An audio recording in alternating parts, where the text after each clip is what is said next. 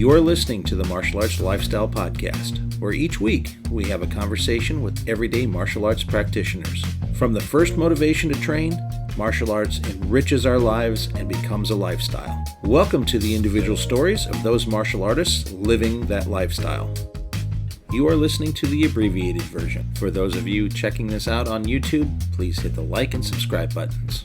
Full-length versions of this podcast can be subscribed to at our Patreon page, is www.patreon.com/malmag. Or individual full-length episodes can be purchased at our Gumroad page at malmag.gumroad.com. Before we begin this week's program, I would like to remind you to check out martialartslifestylemagazine.com to see articles on the martial arts. Click on the Store tab to find products for the practice of Southeast Asian martial arts, featuring Timmy B's brand sticks. Check out the Courses tab, currently featuring a course on the Dos Manos method of the Filipino martial arts.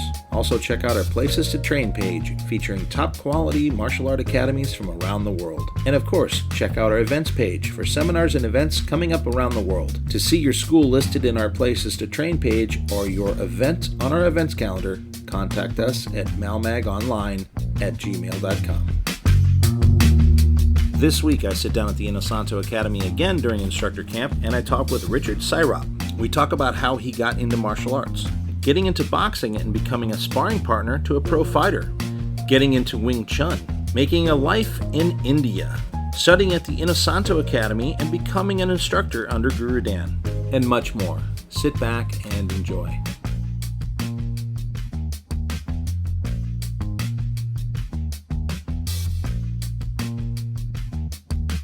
Welcome to the Martial Arts Lifestyle Podcast, and today I am sitting at the Inosanto Academy of Martial Arts. Just finished up teaching classes for today, and I've got a good friend of mine who came to us a few years ago, being this kind of worldly individual, studying martial arts, and goes back to the other side of the world.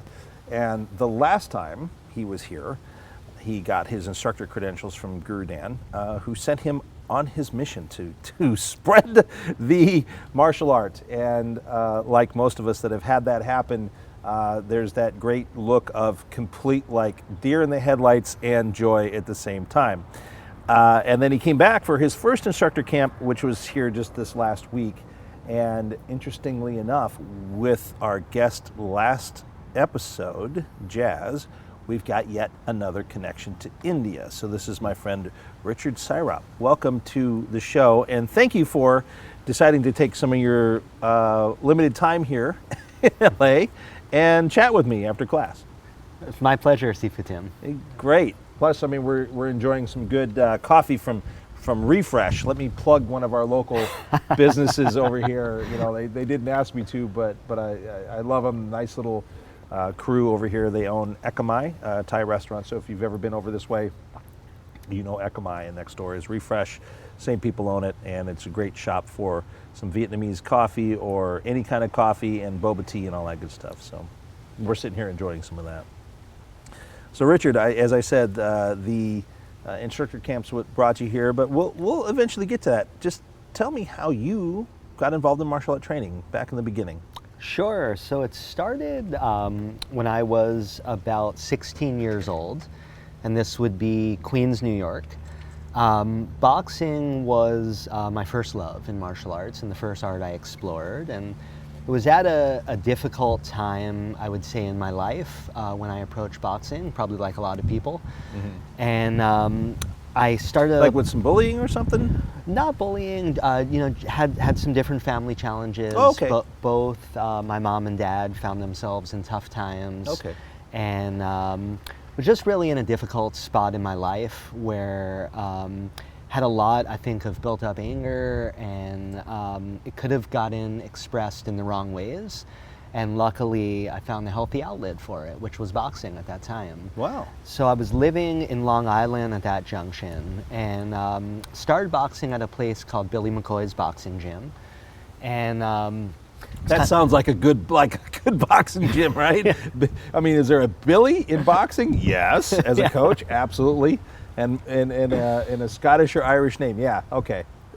Yeah, it sounds authentic as they get. It certainly was. It was kind of one of these old school boxing gyms, and I walked in, and I didn't know anything and didn't have any money, could barely cover the membership fees. And it was one of the places where, you just kind of work, and there's different trainers who kind of walk around and check you out. And if one thinks you have potential, he's likely to come over to you and offer to work with you. And I think I was kind of going there, I was getting a few pointers from some of the old timers on how to work the bags and what kind of circuit to make. And I was there maybe about 6 months, and then I had this trainer Jimmy who came over to me. Boy, another common boxing trainer that got Yeah, he was like from the old school kind of Customado kind of era. And he watched me for a bit and said he said, I kind of like what you're doing. Let me give you some pointers here. And he said, if you'd like, I'll be happy to help you out. And he mentioned to me the days he came down, started working with me. The next thing I knew, I was getting in, having a couple amateur fights, and went through a couple rounds with Jimmy. And then this is when you were a teenager still. It's when I was a teenager. Okay. Yeah. And then ended up working with another guy, Charlie, who was a little bit more senior trainer at the club there. And he started taking me around to some of the different gyms in New York, doing some sparring at different clubs. Got a few more amateur fights under my belt. And I think I was about 2 years in the boxing, maybe 2.5 years in. And I was kind of at a pivotal point, so where I was thinking, do I want to try to do Golden Gloves, and do I really want to try to make a go of this? But at the flip side, I was noticing the side effects of boxing. Right. And particularly the trainers I had, they were not safety first kind of guys. Okay. So I weighed 125 pounds then. I was a featherweight. And their mentality was, let's put Richie in there with, guys who weigh 150 and 160. Oh my God. And let him get used to that power. And then when he gets in the ring and competes, it'll feel like a feather. Two bats, right? So good mentality as far as winning matches, not necessarily a great mentality as far as taking punishment. And precisely. So I started to notice short-term memory impact. I developed a little bit of a stutter, and I just kind of thought, I can make a go of this, but when I waited, I just thought it's not worth it, and I thought, let me risk reward, right? Yeah, so it's kind of the mindset, let me get into some different stuff. And oddly enough, it was right at the tail end of my membership. I think I had 2 weeks to go, and at that point I kind of decided this was going to be my final month. And I was working the double M bag, and at that time, I was 125. I was 18 years old, peak fitness. I was pretty. We all talk about that weight of the teenage years, like wow. Yeah, and I was pretty quick and solid. And who walks into the gym? Kevin Kelly, who was the former featherweight champion of the world, and he was the most famous fighter who trained at Billy McCoy's, and his trainer Phil Borgia. And I noticed when I'm working the bag, Phil Borgia's kind of hanging back with his assistant instructor, checking me out and just talking to the guy beside him. And when I'm done working the bag, he walks over and introduces himself. And I said, yeah, I know who you are, Phil. And he said, how you can appreciate when people do that though, right? It's happened here at this academy too, where you got people like, who they are, but they are gracious enough to act like you're not supposed to know who they are. It's nice. That's always just a good sign of a person, I think. Absolutely, I would agree, Sifu. So Phil, after checking me out, he says, how would you like to do a little sparring with Kevin today? So, my mouth kind of dropped right to the ground, and I said, of course. I'll take my ass beaten, but it'll be great. So the next thing I know, I think Kevin's sparring partner that day couldn't make it, or something happened. The next thing I know, I find myself, I'm in the ring, and I'm sparring with Kevin Kelly. The first round, I was very hesitant. Right. And I remember Kevin kind of walked over to me and he said, look, I'm a professional fighter. Right. Let your hands go. Exactly. You don't have to. I'll be fine. Right. You don't need to protect me so much. And he reassured me that he wouldn't, come back with some heat. Well, that's more of the main thing. It's like, well, I know. I'm pretty sure you're not. I'm not going to hurt you. I just don't want to get you hurting me. Exactly, Sifu. So did I think it was 3 or 4 rounds with Kevin, and I kind of had this awkward style about me at that point. I think it was a lot the guy who trained me, Charlie, where I just kind of had this awkwardness that worked for me in the boxing ring. Right. I was able to get in a couple shots here and there. Right. Of course, it's Kevin Kelly. Right. He dominated the shit out of me. Right. But I was pretty happy with the little bit of shots I got in. And then afterwards, when the sparring session was over, Phil came over to me and he said, we kind of like the way you move with Kevin. And he was getting ready to fight. I don't know if you remember Prince Nassim Hamed. Yes. So Kevin was gearing up for that fight. Wow. And they asked me if I would like to be part of the camp. Wow. And to do some sparring with Now Kevin. I understand why they wanted an awkward fighter. Yes, because Hamed was as awkward as it gets. He was, man. definitely. So I was, kind of attending at that point, leaving boxing. But of course, an opportunity like that comes along. You got to try it. Yeah, well, I mean, it's a once in a lifetime opportunity. Even if it's your swan song. Yes. Do it. Yeah, yes. exactly. So at that point, I obviously extended my membership, and I had it was probably to this day one of the greatest honors I've had in martial arts, for sure, was being really a part awesome. of that camp with Kevin. Mm-hmm. And I got to spar with him. I think it was Monday, Wednesday, and Friday. And I got to see some other really great guys come through, Sifu, like Zab Judah, before he was well known, came through and sparred with Kevin. Junior Jones, who was also like a legend in New York.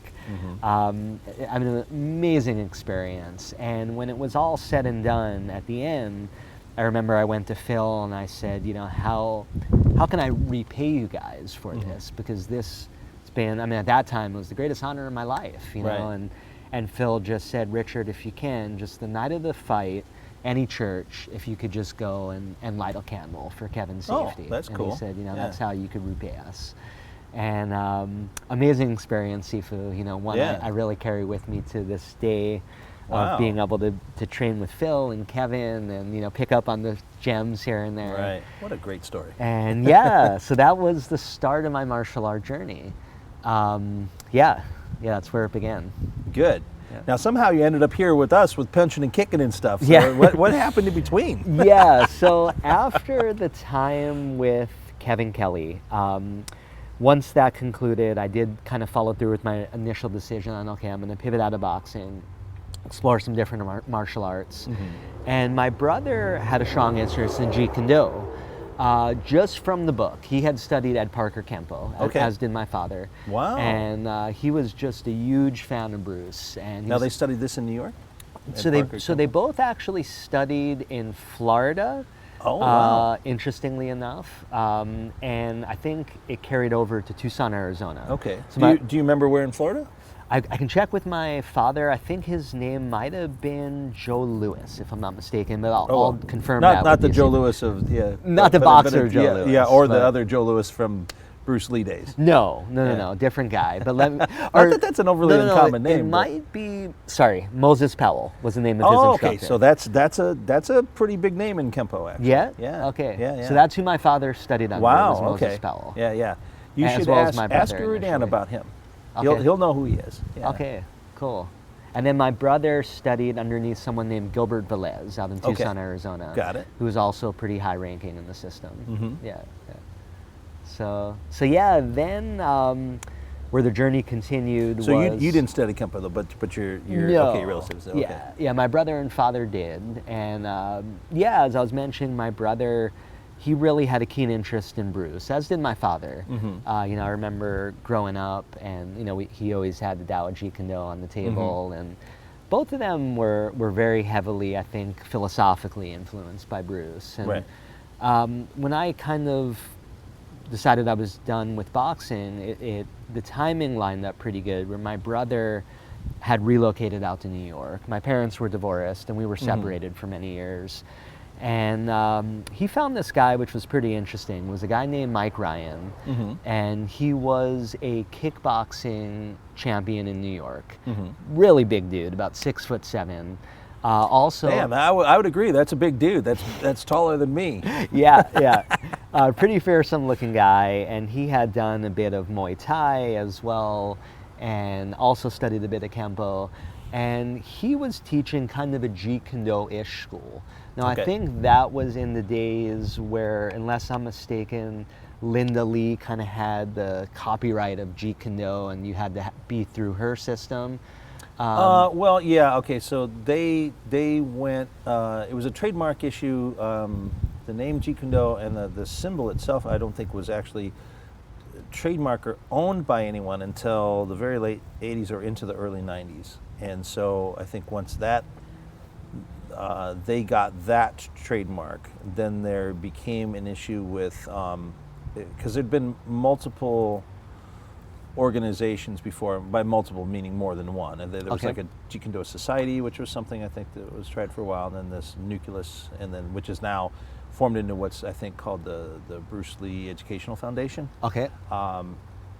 Which I don't think necessarily goes about, because I think they solved whatever issues they particularly had on the larger sense of trademark issues. But yeah, I think they were trying to, those organizations were trying to essentially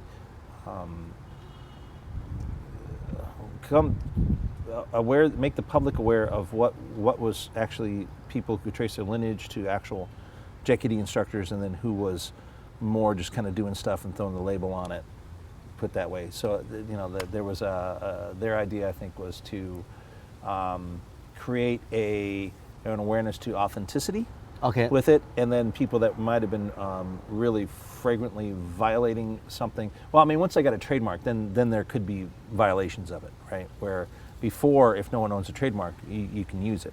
So I think once they got a trademark, they were looking to clamp down on people who were using this that would misrepresent what they were doing. Let's put it that way. Okay. And so, like now, I'm sure there's a lot of people that use that symbol and name on their stuff that don't necessarily have permission from them. But I think there's also just a level of, again, risk reward to chasing after people that don't have anything. There's no point. You're going to spend money to do what? Exactly. So I don't think that there's a lot of, don't be taking legal advice from me. Let's put it that way on this. But I don't think that they're overly, scanning everything and going, oh, this little guy in, Bluffwater, wherever, is using the JKD symbol on his website, so therefore we're going to shut him down. I don't think they're quite doing that. They weren't at, But early on, I think there was the scare of that, because there were some lawsuits and stuff like that. So anyway, hopefully I'm not any more confusing. I mean, I don't know the specifics, but that's a good general idea. Makes sense. Anyway, so your guy was calling it JKD at this time or something? Kind of. So unofficially, he was worried about the potential legal issues, and he didn't want to deal with the politics. And that's that was that era. So there was a lot of. So he was kind of underground JKD. Scare of it, like what's going to happen, and that made sense given what kind of was going on, and then how like martial art media covered at the time too. So there's, I think we all know how things really are, how they get covered by things, and I think there's a push to sell magazines at that point too. That's like an era of early UFC and that too, where I think a lot of the publications became a lot more tabloidy in their approach to sell. So I think that also potentially created maybe more of an issue than might have been. I don't know. Interesting. Yeah. Anyway, tangent, back to your guy. I'm more interested in hearing about your guy. So that was my first exposure to JKD, I guess. And it's very JKD-ish school, kind of like our academy, where he was doing kickboxing, Muay Thai, a little bit of Kempo, and then kind of the what he didn't officially call JKD, but was JKD a bit. And that was cool, and that was kind of, that was fresh off my training with Kevin. And when Mike Ryan heard that I had trained with Kevin Kelly and done some sparring with him, he kind of elevated both me and my brother right to the sparring class. Oh, nice. Which was kind of neat. And I remember some funny moments with him where I think because I was so light, again, I was 125, 130 pounds then, and he was this monstrous kind of guy, and I had very, very quick hands, so it kind of presented something unique for him.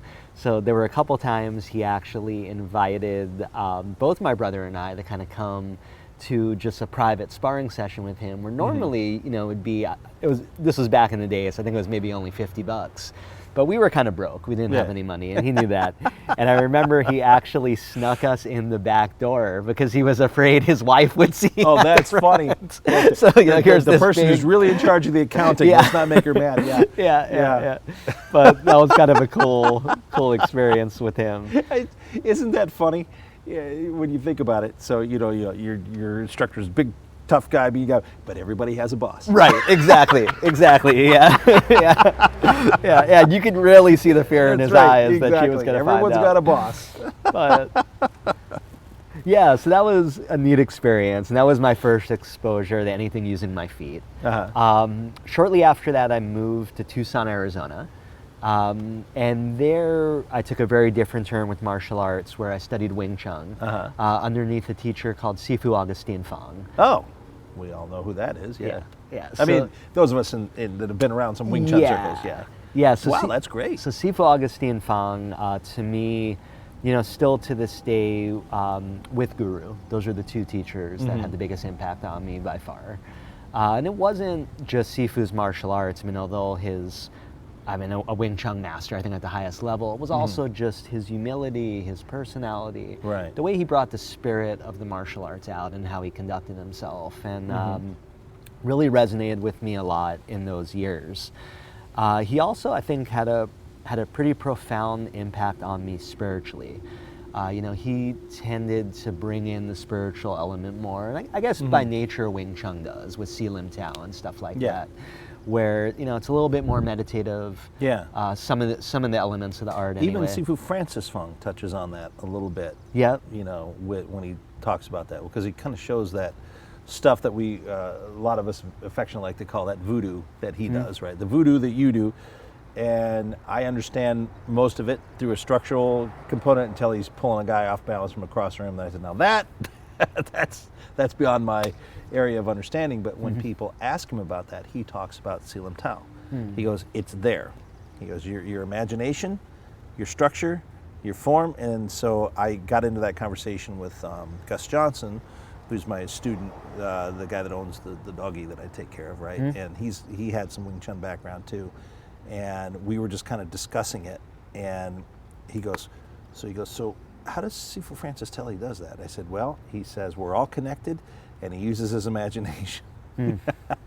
But, for a lack of trying to put different words on it, it really is what you would call, you're right, a little bit more spiritual connection. Yeah. So if you're talking about a universal connection, we're all the same, this is kind of what most, I think, spiritual, all the way up to pretty hardcore religious description is trying to tell you.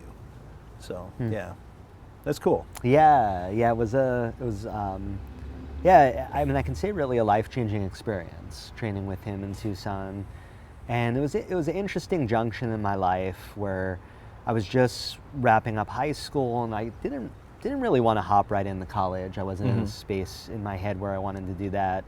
And I had also read some books around that time of Indian philosophy, particularly one called Be Here Now by teacher Baba Ram Das, who was a Harvard professor, went to India, had a really profound experience.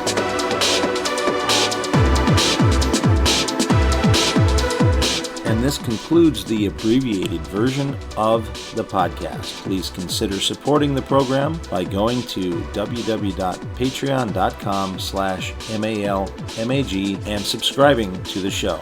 You can also purchase this individual episode or any individual episode at our Gumroad page. That's malmag.gumroad.com. Thank you for listening to this episode with Richard Syrop. Coming up next week, I connect to Virginia and I talk with Janelle Guardinas. Our Malmag online store at martialartslifestylemagazine.com has a full selection of Timmy B's brand sticks for FMA and Krabiker Bong. Timmy B's brand now selling in Japan as well. Beautiful Timmy B's brand shirts and Dos Manos shirts are available. We also have sarongs, malongs, and wooden training knives. An online course in the Dos Manos method for FMA is available under the Courses tab. More courses coming soon.